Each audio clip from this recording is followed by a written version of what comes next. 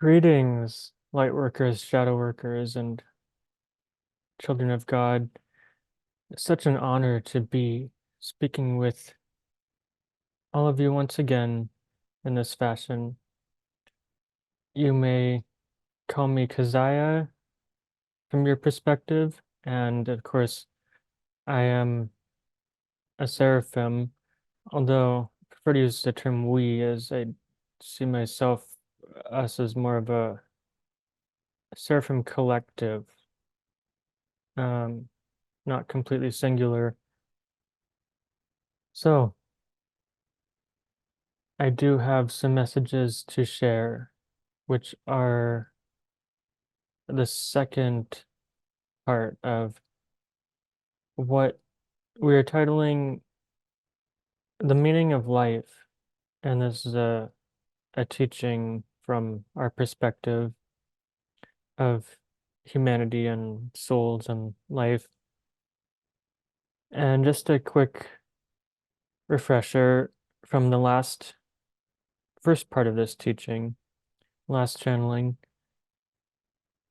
I spoke a bit about souls and soul families,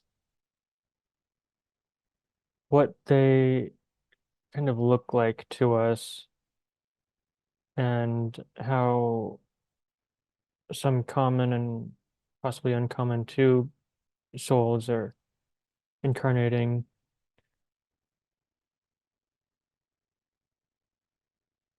And one type that we would like to reference again is what we call,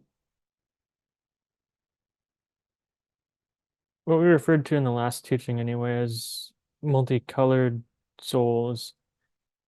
Humans relate them to rainbows, and these are souls from what do you call dimensions that are beyond just a 3D earthly realm.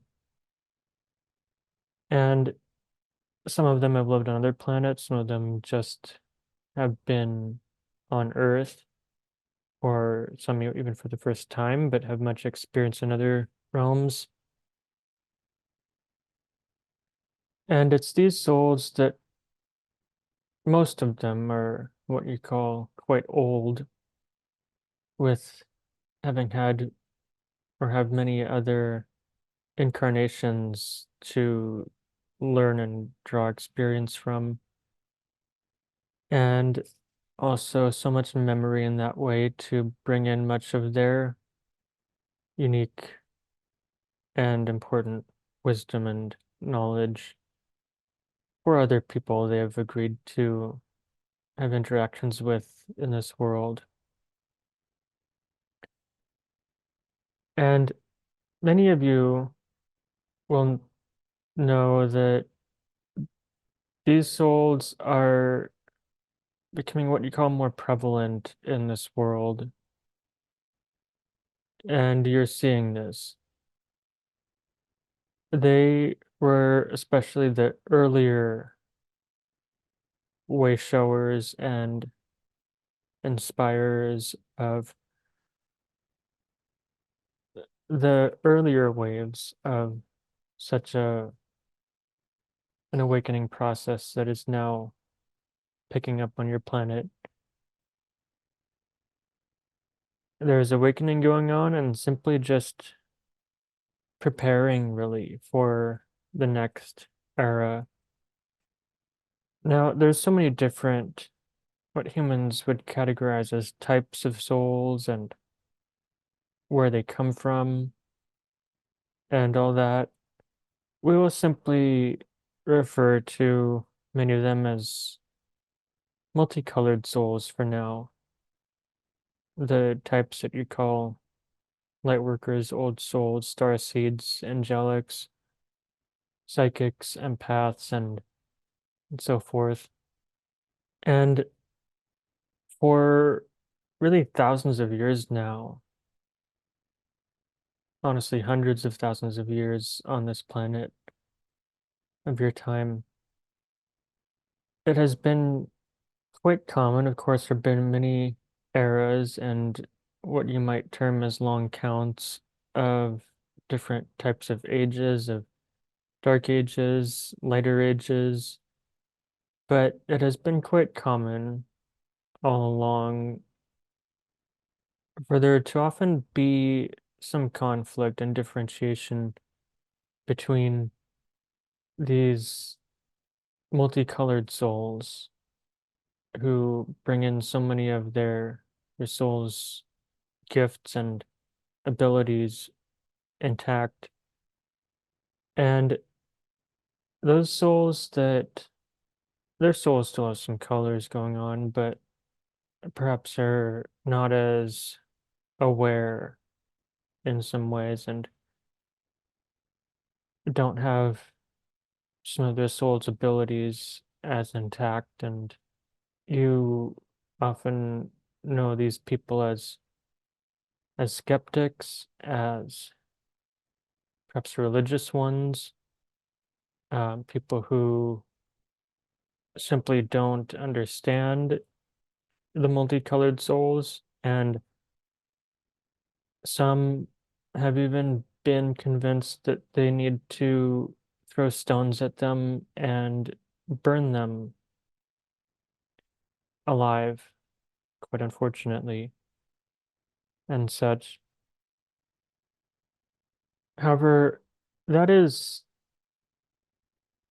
not so heard of in this time, in this year you call 2024, and recent decades, even a century, that has been a less common practice or so. We're not saying it's completely gone. Unfortunately, there may be a few countries in which this still happens to multicolored souls. So the message here, the lesson, is that for some time now, quite a long time, it's been common that these multicolored souls incarnate and grow up, often with their abilities and senses very intact from childhood. Some awaken also later as they mature and are ready for them. But even as they become more of who they truly are, there's still this differentiation, kind of separation and distance between them as they strengthen and wake up and become lighter and know more of who they are in truth. And the others who, in many previous centuries, would have thrown stones at them and burned them and called them outcast and such. So, since these these quite horrific practices are becoming less common, and with certain laws and regulations and justices being put in place in much of the modern world, these these horrible, really atrocious practices aren't actually being done to the multicolored souls anymore, even though there's some distancing in some areas and groups. But what is happening actually for many, and will be picking up much more apparently and commonly in the next even 5 or 6 years of your current time ahead of you, you'll be seeing a much more obvious commonality of respect in these groups of each other. And even though the multicolored souls, such as Troy and others, many of you do these things that freak others out, such as channeling, exchanging souls, coming back to life. Some may even, although not many yet, be able to basically apparate objects, teleport, bilocate, and levitate. Um, the ones you call skeptics, religious ones, and those who don't understand and often get offended by these very natural abilities of your soul. As the energies on this planet are advancing and lightening, they're not going to be as abrasive.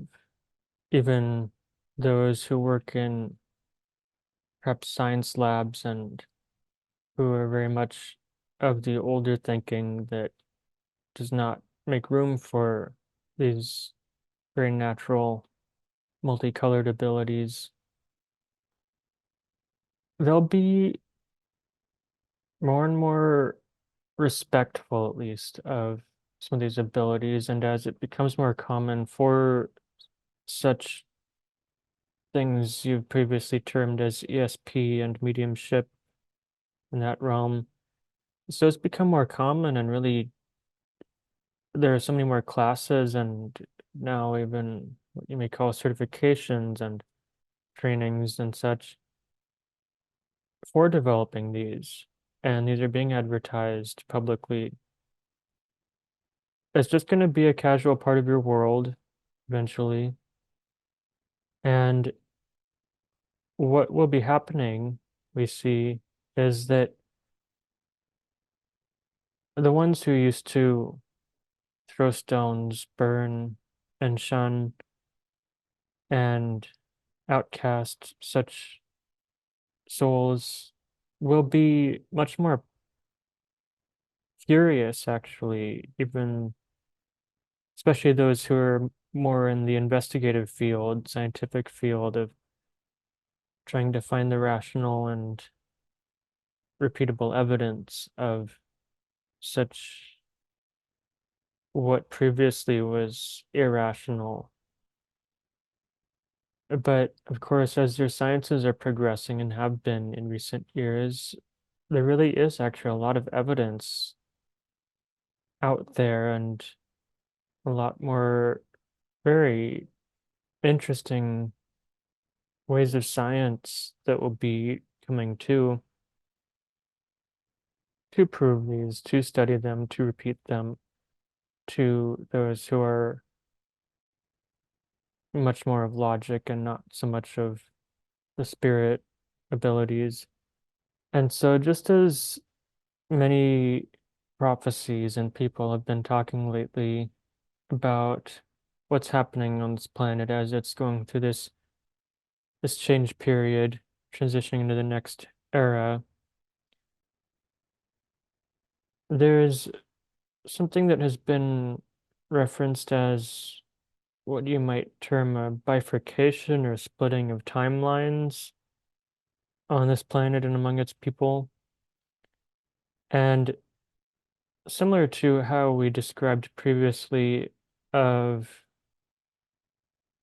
this end times prophecy, perhaps, of many people have been afraid that there's going to be a worldwide cataclysm that wipes out a huge portion of humanity and there's a restart.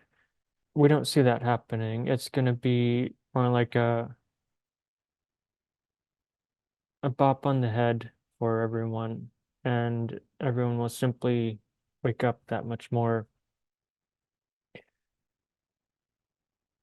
The other side has not allowed and planned and agreed upon all of the hundreds of millions now of the children of New Hope and these amazing ushers of the future be incarnating and growing up now just for them to die and there not to be such an amazing future of very likely and planned integration of Earth with other planets.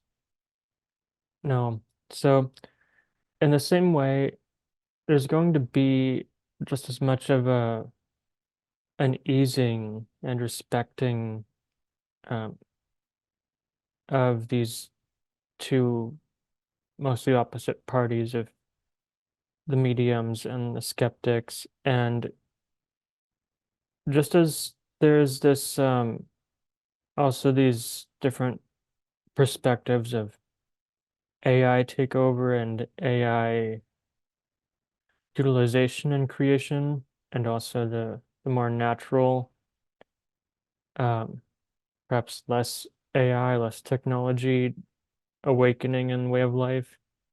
Both are valid. However, there's not going to be an AI takeover.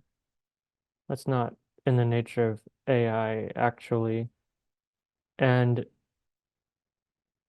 there is this still in this transition, especially, and perhaps some years after the end of the transition, going to be these differences and what you may see as splitting of these timelines. But what we see is that Earth is still a material sphere, a planetary sphere. She has just chosen a lighter, less dense path ahead. There will still be differences. This has happened on other planets. It's just that the stronger energies, which are now more of the colors and the lights, are just going to gradually, and you see this become stronger, more integrative, bringing people together and not necessarily negate and be against each other. That's not part of integration, but there will be very gradually this union of these parties, and eventually they'll learn to learn from each other actually and evolve together. And in some generations now of humanity, it will be a stronger potential, most likely of a, a beginning of planetary harmony, let's say. And that is, in essence, the meaning of life, if you could think of it in a large scale, is togetherness, brotherhood, unity, unification, harmony, and cohesiveness of all of life, which includes humanity and evolved species and all of the the ecosystems and animals and trees and flora and fauna and nature itself. And so this is what many of the star peoples are showing and teaching some humans now is uh, a communion with all of life. And this is part of the grander purpose of reintegration within the grand game you're playing as souls, is to you have your free wills as people, of course, but eventually learn through these struggles to reintegrate through these changes. And eventually, as your planetary spheres become completely unified as evolved peoples and nature, then that will allow your planetary sphere to link with your local sun, which will then eventually become much more harmonious and cohesive with its connection within the larger web of stars. And that is essentially the purpose as we can describe it. We can elaborate perhaps with questions, but the purpose and the meaning of life on Earth and within the cosmos. So now that we have shared the second part of this teaching for now, we would like to open up to group Q&A, as I understand that there are some perhaps amazing and burning questions that some group members have.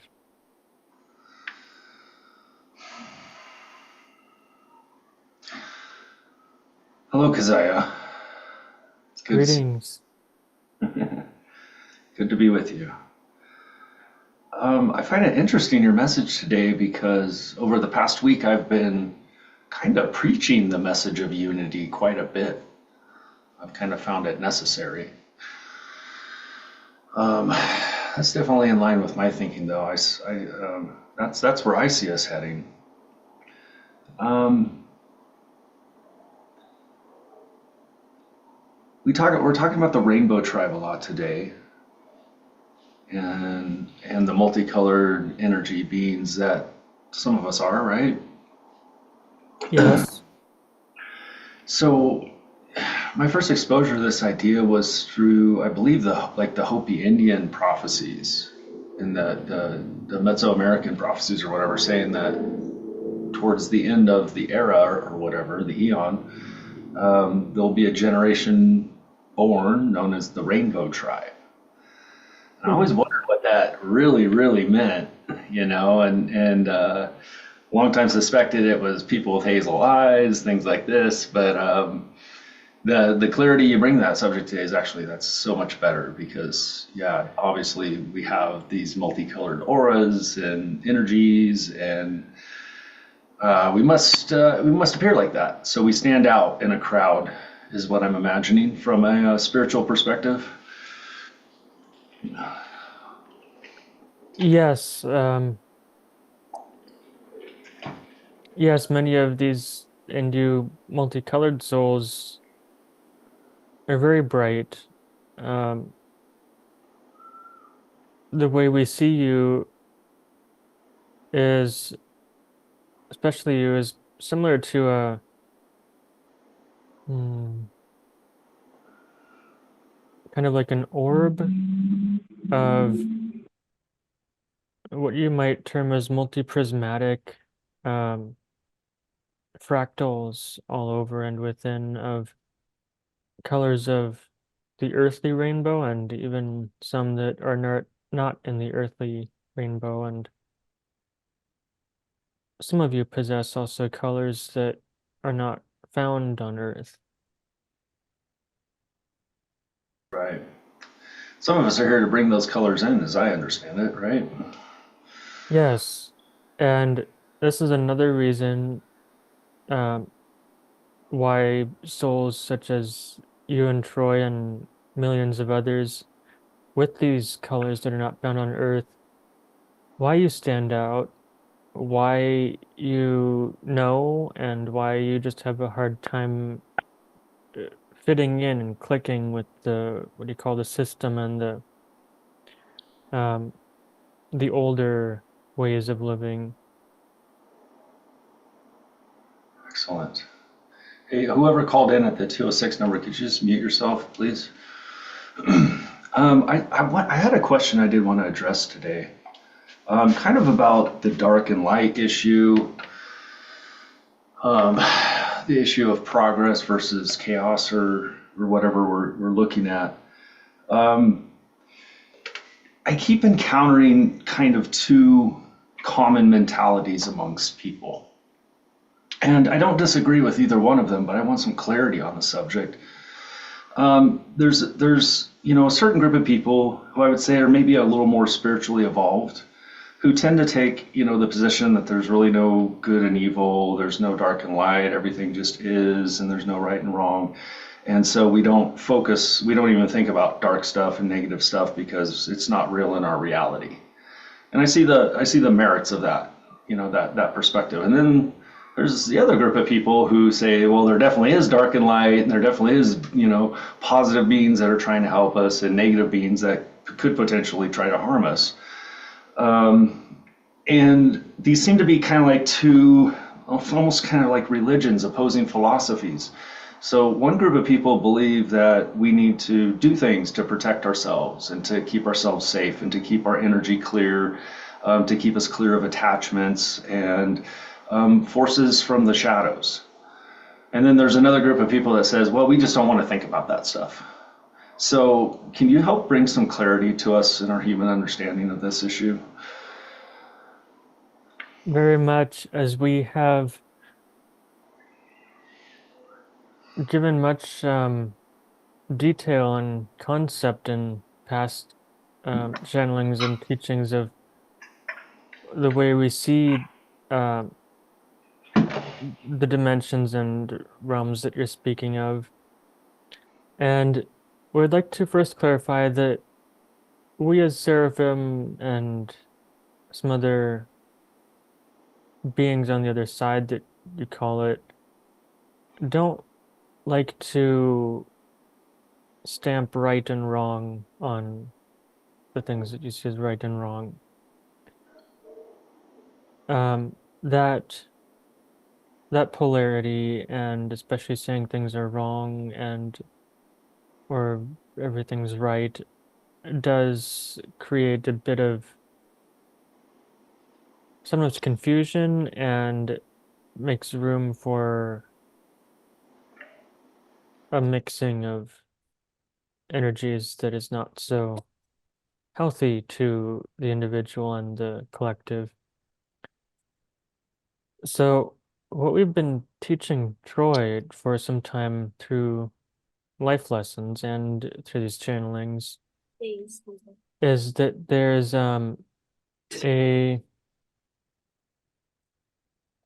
simply put there's one source of everything that really permeates everything, even the what do you call darker and lower astral realms. There's still some light and what do you call God in there, but it's further away from the source. And so Earth is in about the third of 12, as you would categorize them, primary dimensions.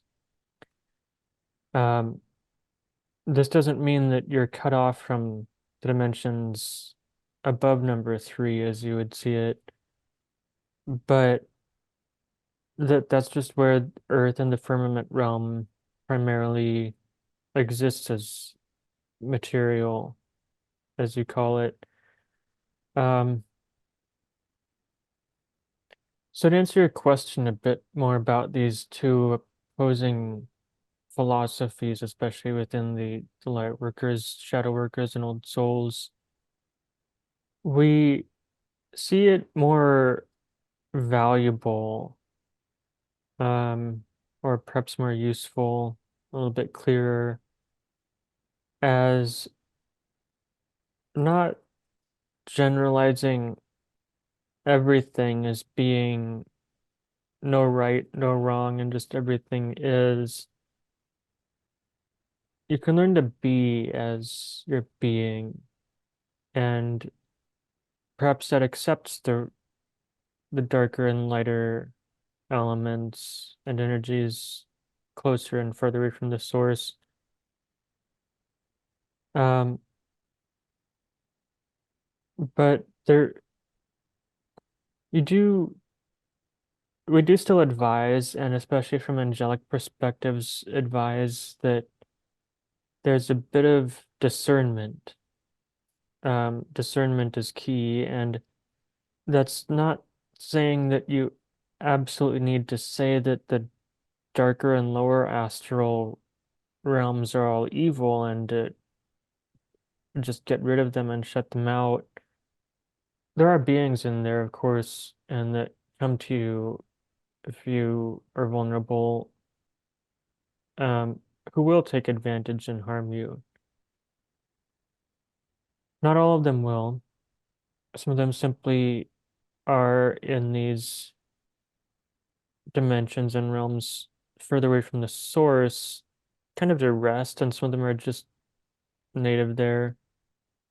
It's just a different way of life than yours, but certainly within your third and higher dimensions, other dimensions above the third, it is, um, we say advisable, especially when you're doing what you term energy work and light work, to cast or call in some sort of protection of you and your space, or depending on what you're doing, at least be clear about the beings that you are working with and allow to be worked with and to interact with you.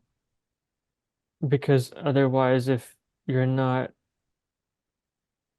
calling in and invoking and being clear about if you want to work with the lighter energies, then uh, we're not necessarily just always going to be surrounding you. You have your own free will, and so you get to choose kind of, if you want to call it, which circuit, which charge you want to work with. Um, but we are always here and around if you want to call on angelic beings and spirit helpers. So we hope that lends enough answer to your question of these different philosophies. That does help quite a bit. So the sense I'm getting from this is that it's not so much that, say, quote unquote light beings need to be afraid and avoid dark beings and vice versa. It's more that maybe we need to learn to work together in more effective ways or avoid each other. Is this the proper approach? Hmm.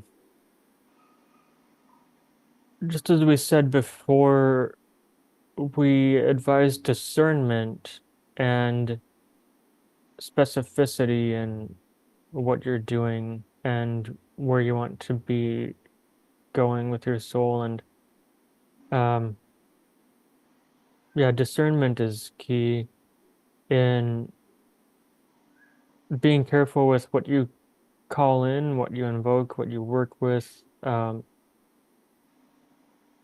And we're not saying that it's necessarily objectively true or universally true that light beings and old souls need to be vulnerable to what you term demons and darker spirits, because not all of you are. Each one of you has unique gifts and abilities. Some of you come in with natural protection, such as angelic souls, such as yourself and Troy and the million or so other angelic souls on this planet.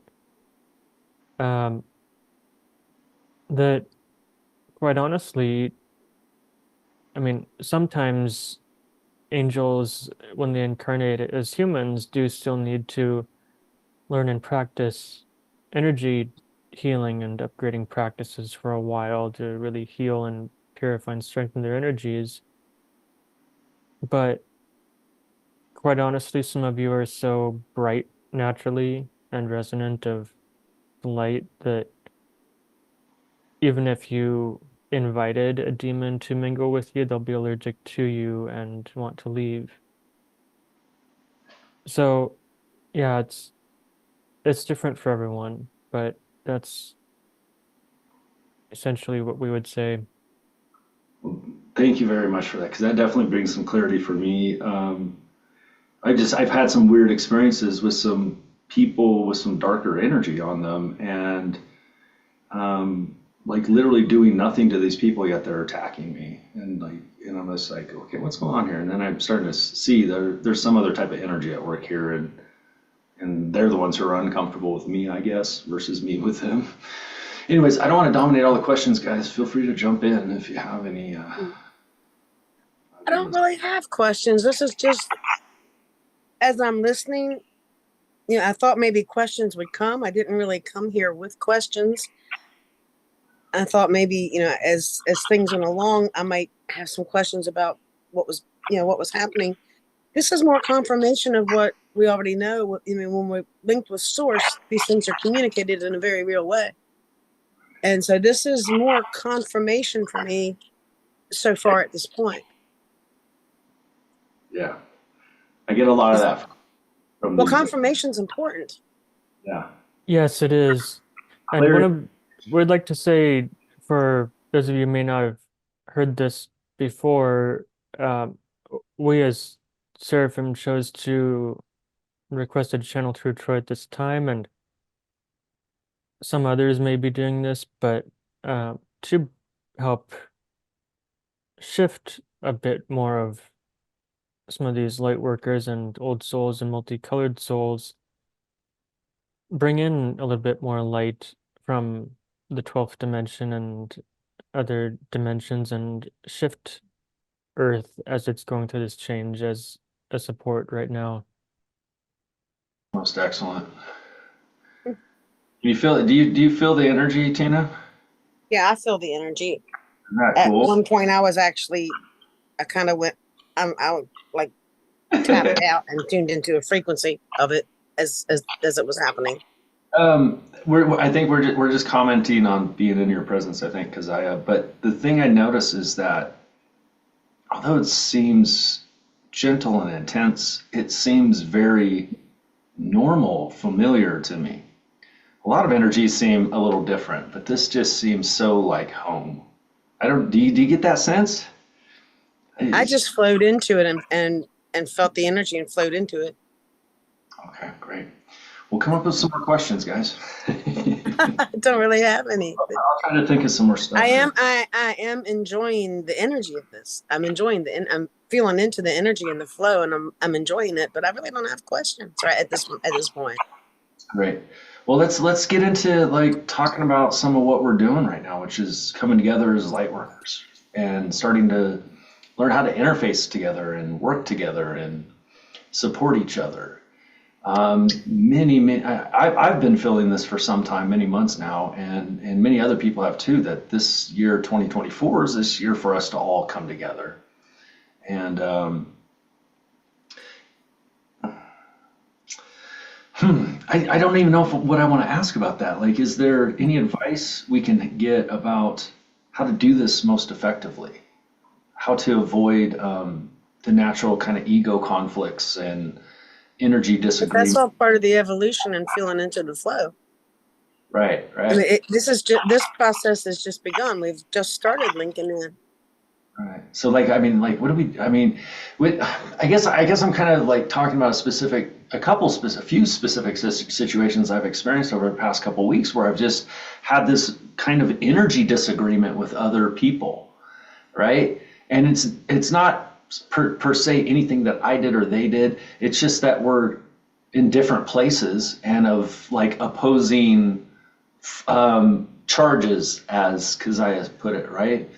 Um, and I guess my question I'm trying to clarify in my own mind is in the past, how I've gone about protecting myself from such people in such situations is as soon as I detect that type of energy on somebody, I shut them out and avoid them completely and never talk to them.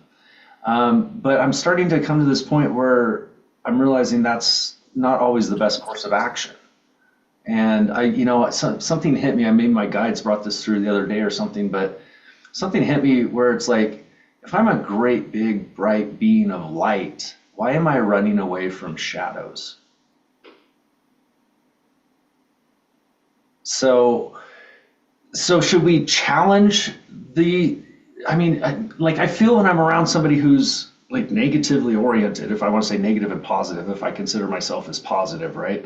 Not that I'm really either, but when I have somebody with an opposing charge to me, is it right to try to challenge that and to try to pull them up and raise their vibration, help them?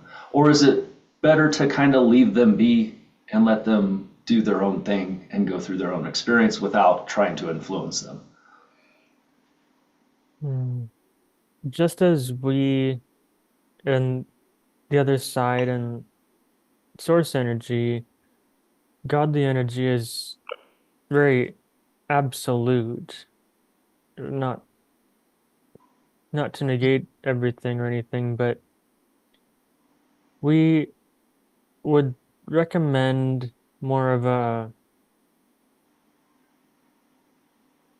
questioning approach in the way that even if your energy is not quite in alignment or the kind of energy they have, even if it may be, perhaps you see it as a darker or more troubling energy, we would recommend to question them a little bit, perhaps ask a few questions to get to know where they're at. And also, you have some specific services and abilities you can share with them and help people to heal and um, such that you can simply just offer that Mm. and ask them if they want you to help them, if they want maybe to get out of a situation, or if they are interested in learning more about something or answering questions in their life. Ask them kind of where they're at and what they want from what you have to offer. And yes, it is actually, it's kind of like a wider impulse, we would describe it, that's been shared with many other old souls and multicolored souls that in a similar way used to shut out and block the darkness and the darker souls and beings of this planet. But yes, it's not so healthy necessarily to do that, as you all have free choice.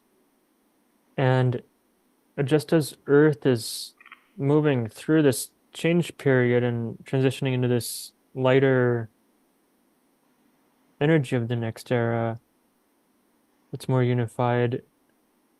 These souls that you see as a bit darker than you may still have an opportunity to, in their own way and according to their own soul contracts, um, perhaps either work through their challenges and learn to heal things, learn to lighten things depending on what they go through and their choices and practices.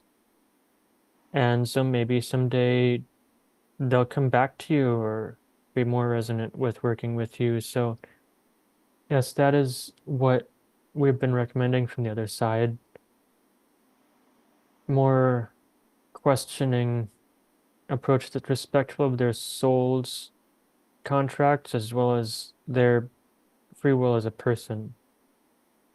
Yeah, this makes me even think a little bit. Maybe I respect others' free will a little too much because I really go out of my way to not influence other people's choices and decisions. If I can gently nudge somebody in a positive direction, I will, but I never push. And I'm wondering if I should maybe push a little more, or maybe with the questioning type approach, question somebody's beliefs and just a challenge, or just to get them to maybe, I don't know, try to. I guess the struggle with humans is always trying to get them to see things from a different perspective than their own. Yes, we do understand this energy and approach, and we understand that in some it's quite, or it may feel somewhat natural to want to just push in a masculine way and try to um, make things happen or push what you find as being true and lovely for other people. But we do also recommend that you consider that maybe it's just not their time, or maybe that particular product or service is not ideal for them. Maybe there's something else. There's always the right there are opportunities and people that will find them, just as the law of resonance and law of attraction um, would bring people and things together that someone may have attracted, and also when two or more are resonant with each other, then they do find each other, such as what's happening with many old and multicolored souls at this time.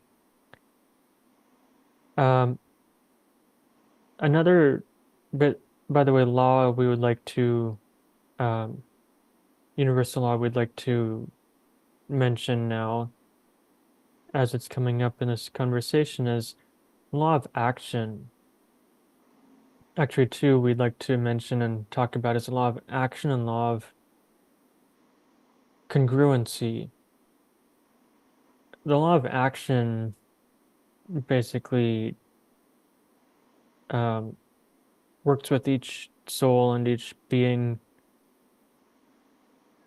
for kind of similar to the law of attraction, really um, quickly bringing to you, um, and you see this kind of clicking and finding the right people at the right time when you're actually doing some sort of action, taking action, not just on your thoughts and energy. That's important, but acting on it too.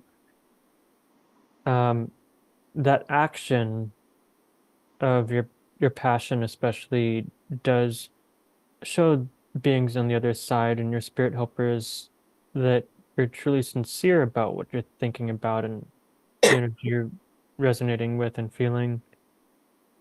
So then that's a bit more of a sincere approach to also be taking that action, um, to create a project, to do something perhaps in the world or for yourself, accomplish something, um,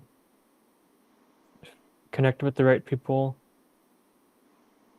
And the law of congruency too is similar to this, relevant. We see that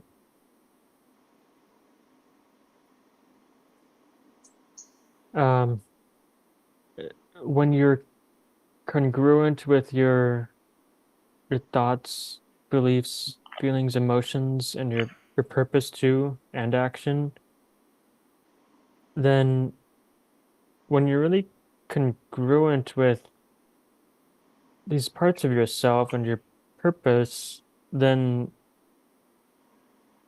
you can just allow everything to happen. And it will happen because you'll always be connected with what's congruent with your your thoughts, emotions, beliefs, and actions. Thank you for that. That's really nice. That's great.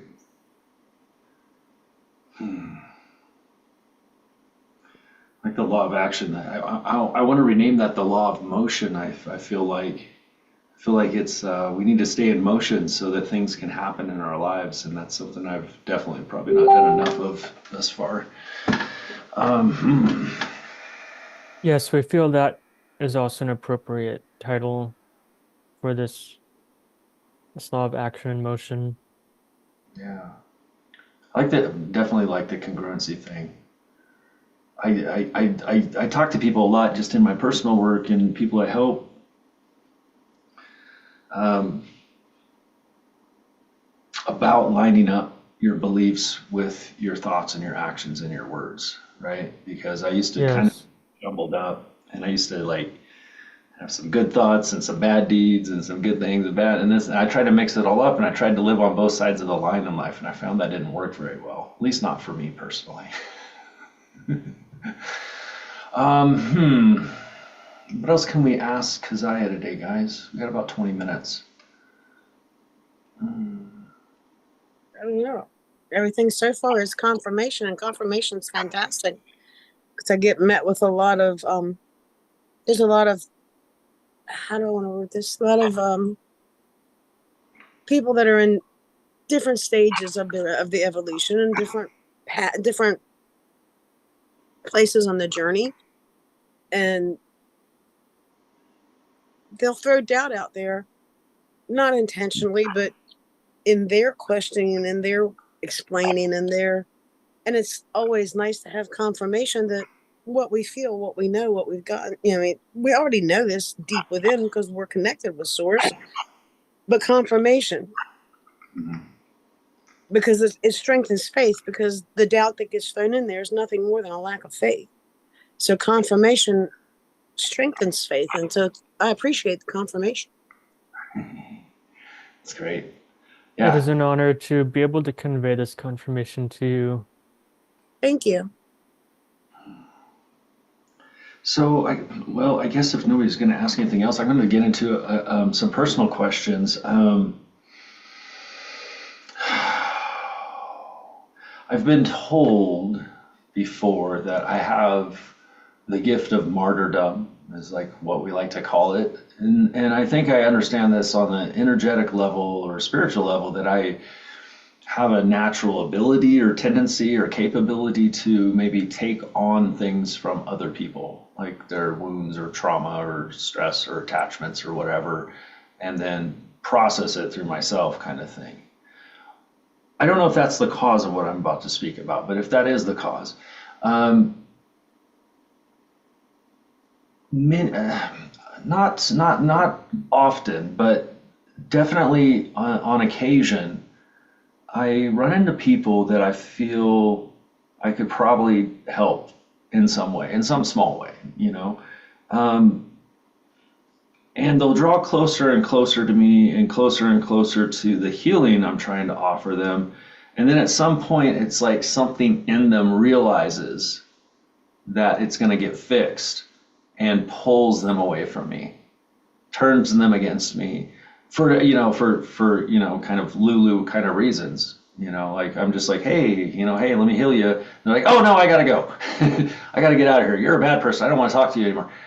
Something like that. So in my perception, just my personal perception, it seems to me like people do have a tendency to have like attachments, we like to call them, negative energies on them, dense spots in their aura.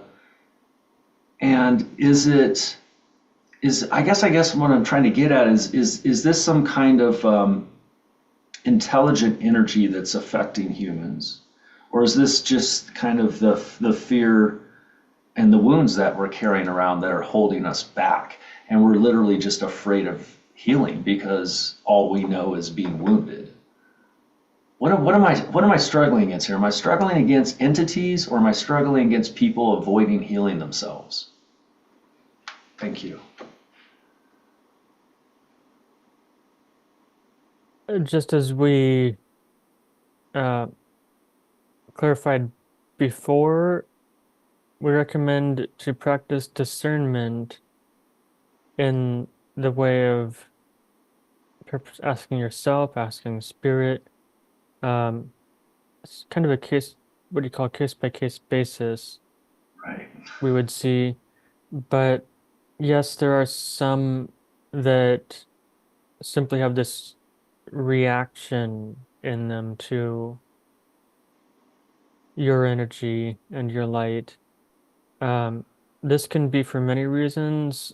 If it's a reaction, it's usually goes down to the belief layer of them, of what they've Right. been taught, maybe from religions or maybe just from what you call sciences and modernized or Materialism. teachings of your earth. And so this can be different for everyone. You never know, perhaps the complicated or um, conditioned backgrounds of where they come from. We're not saying that's wrong, but that's what their soul has chosen, and maybe they're just also not ready for what you have to offer yet. Right, right. So I guess I'm asking this because for much of my younger life experience, I felt rejected by a lot of people. And I always internalized that as a child and thought that I was dumb and ugly and stupid and nobody liked me, right? But now, especially through just more recent experiences I've had, I've been in a number of situations where I've literally done nothing to make the other person mad or upset or dislike me or said anything they didn't like. And yet still they have this sudden reaction against my energy or the healing I'm trying to impart to them, or the knowledge I'm trying to impart to them, or whatever it is. And I'm coming to the realization now that it's not me as much as it's my energy, right? And this, because I've just heard so many times recently, bright energy is uncomfortable for some people. And so I'm feeling like I just need to kind of let go of people's negative reactions to me and just say, oh, they're just not in a space to deal with me yet. Is that the correct approach I should be taking? Yes, and remember what we said earlier about the these two parties of the lighter and darker, perhaps as you see them, of having conflicted and still often are not quite merging, even if one insults the other, perhaps in your language. Then as your planet is moving through this change, eventually the party that you see as a bit darker or less awakened will be surrounded by so many of these bright, multicolored souls and their energies and influences and communities that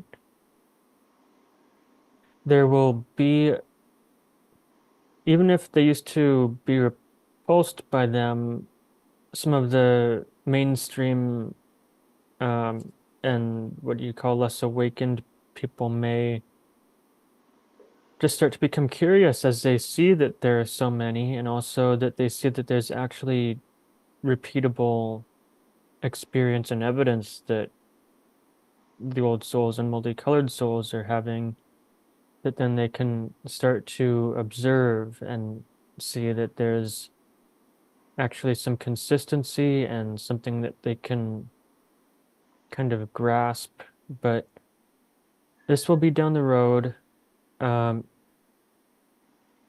now, it's not your responsibility to feel hurt or also feel like you need to impose or control them because of what their souls have chosen for this time. Allow that and know that maybe they are guided by their spirit guides to, perhaps even soon, it's possible, um, start being guided to the next person who will give them a seed of um, change, a seed of perspective that then they'll start on maybe their own journey of becoming curious and awakening. Yeah. This is just how typically how a lot of planets awaken, with the kind of conflicting of different parties that then one day will learn to unify. Great. Hmm. Zane, I just saw you go. What, shooting up? Yeah, I just saw your arms. Yeah, you were sitting just like that. Oh, wow. So much to think about. Great. So I think we should maybe take a moment to kind of focus back in on the present and the now, and like where we're at just right now. And any advice on what we can do to integrate better, to support each other better? Is the approach I'm feeling the logical approach that I'm taking, which is the approach of confederation, in that I'm trying to bring us Rainbow Tribe together in the sense that we're all autonomous individuals and uniquely gifted and have our own unique practices and things that we do. And I don't think any of us want to particularly change that, because we're all good at being who we are. So I see us coming together in this sort of confederation, kind of like the beginnings of America, right? Where we all kind of do our own thing, but yet we all play on the same team. We all work towards the same goals and support the same, progress. And that seems to me, I guess the egalitarian approach is what we would call it. That seems to be the correct approach for this work. Am I on point with that, or am I mistaken? Hmm. We do see the value in this approach and what you're doing with these communities. And yes, there is actually much um, value in unification you've already helped bring about with the people you've connected with, bringing them in perhaps into one community. You and others are doing similar work as community leaders. And this is one step or phase of this larger unification process. Um, Definitely with community, like it does take some time to build. But once you do have a community, it kind of, as you probably understand, develops its own stronger collective energy that then even people outside of the community um, see and have heard of, even if they don't understand it or aren't a part of it. Um, then what may happen also with one community is that it kind of joins and merges with other similar communities with essentially one focus of healing and reintegration. And coming back together, yes, this does help with the process this planet is going through by keeping yourself focused, even if it's a little at a time, on maintaining and gradually growing the community that you believe in, especially a community that is beneficial and benevolent of each other and the same purpose. Okay, let's see if we can come up with a good final question, huh? So me and Tina were having this discussion recently. Ah, About the various names that we like to apply to things and the labels. Especially specifically, we apply it to the Christos or our higher selves, or I guess I see it as the higher self of humanity. And the various names we call them, Jesus or Christ or Buddha or whoever. Um, do the names matter in any way? Is there any name that is correct or incorrect, or is it really just about our intentions and our beliefs? Hmm. Just as how I introduced um, myself at the beginning of this channeling, I provided the name Kazaya, which is a honestly easier, simplified phonetic way of speaking a name in your human sounds. I've given Troy what's closer to my actual name, but it is a bit more difficult for his mouth to pronounce, usually with two or three sounds at one time. Um, so just as many of you who've been in practices of mediumship, what do you call it, telepathy, um, interacting with other types of beings, especially perhaps star people and beings from other dimensions, you may have experienced some of them as being less of a name and knowing them more as an energy signature that you often identify them with. And so really this is the way of nature is energy and resonance and frequency. So we do understand the systems and communication of sounds and letters and numbers and names that you use. And of course, angels do often use these systems, especially for those who are open to it, to really bring you signs and communication from the other side if they're not quite able to receive them more directly as energy in their mind.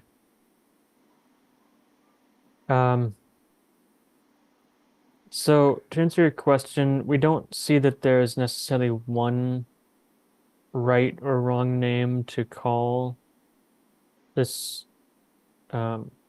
Christos, Christ, higher self, divine energy.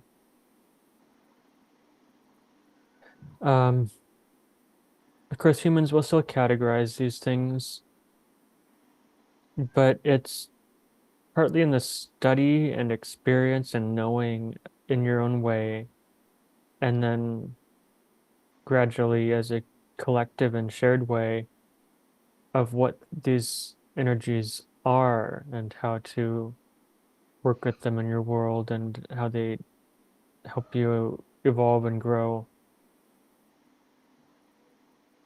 So we shouldn't get caught up in the language, right? It's not as important to us to get caught up in using the right or wrong word, but for the larger context of languages, of course, it can be perceived from your human perspective to not mutate and diverge words too much from one tradition, as traditions are valuable to be maintained as the teaching that they convey. Most excellent. Anybody else? We're getting near the end of our time, so I want to be respectful of Troy. I just would like to say thank you. Thank you very much. Always a And pleasure. of course, you're very welcome. It has been a pleasure to speak with you and convey these messages and confirmations, and an honor to communicate in this way. I'll also say thank you. It's Loretta. Just the same, you're welcome, and thank you for participating. We'll see you later, Kazaya. We'll try to bring more questions next time. All is well. Always.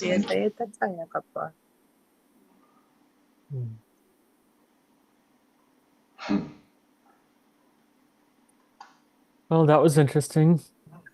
That's a fun session. It's your day. Good messages.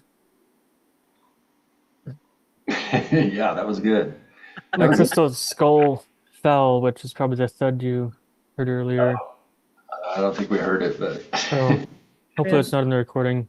But yeah, that was cool, man. That was cool. We didn't even come in here with any. I was all like telling to you, like, we need to think of some questions to ask, some really good stuff, and then like we just been crazy busy and not thinking about it. And we both came in here not having any clue, and yet somehow I seem to just barely seem to pull some questions out of my butt. I just love it. Yeah, well, I'm not really into sitting back thinking up questions to prepare, just thinking up questions for the sake of having questions. I like to, I'm more like as things flow and as things go, maybe something arises and, oh, well, can you explain this or whatever? But that didn't really happen. It was full confirmation of.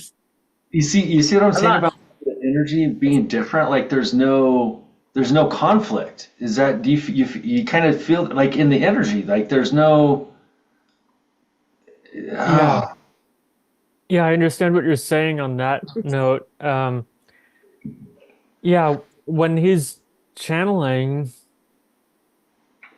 when I start, you probably notice that a smile spreads across my face. I feel more of a light, pleasant energy, a little bit of warmth too, perhaps when he's yeah, kind of in my body. But then, um, yeah, then it just kind of feels natural. He's kind of just there, but my my actual mind as me is sort of neutral, not really right, trying to question him or be logical, just allowing him to channel. I've learned that.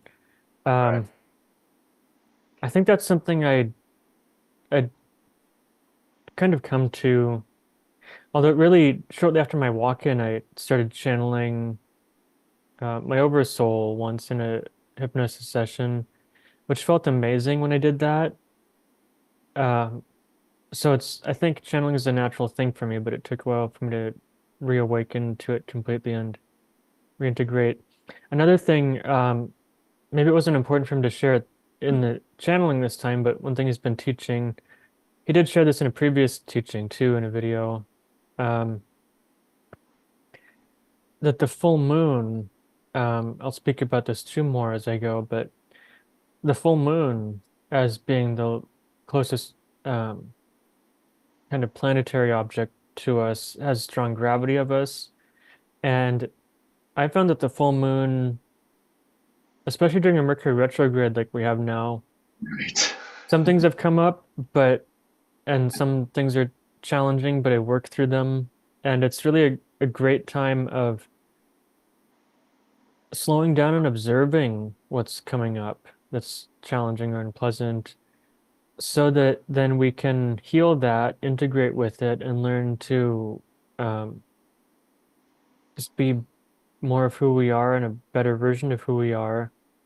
Um, and just like Kazaya has explained to me, actually, the full moon, especially, and planetary movements with their energy, their gravity, stir up stuck energy Right, within the subconscious and underworld.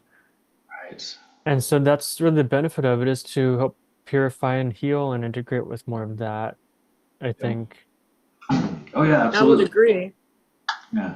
No, I've, I went into this retrograde really, really conscious and aware of it, saying I'm gonna do this, I'm gonna meditate, I'm gonna work on myself, and still somehow like a week and a half into it, I got all caught up in it, and I got all discombobulated, and everything was falling apart, and everybody's going You crazy. went into it planning rather than flowing. Exactly. And so then I realized, like, oh, I just need to go with this. Like, I could feel it stirring up this stuff in me that I try to kind of ignore or maybe don't address on a regular basis, or maybe stuff I haven't taken care of yet. But it's like I can feel it. It's like it comes up, and then when things go wrong, it's like I can feel it's this negative energy coming up and trying to say, look at me, pay attention to me, take care of me, because we spend so much of our time ignoring that stuff, trying to focus on the positive things that we're doing in our lives or whatnot, our jobs, our responsibilities, and things like that. But like we have this responsibility to our shadows that I'm really starting to get. Like we need to take care of them, and we need You to should Yeah. be a granddad because they behave just like a house full of kids. It's the same thing. Same thing. Yeah. Okay. You're right That's though, Zane. I think that the shadow aspect, shadow element of the the spirit energy world is, especially within each of us, is there as a tool to learn responsibility for it, heal it,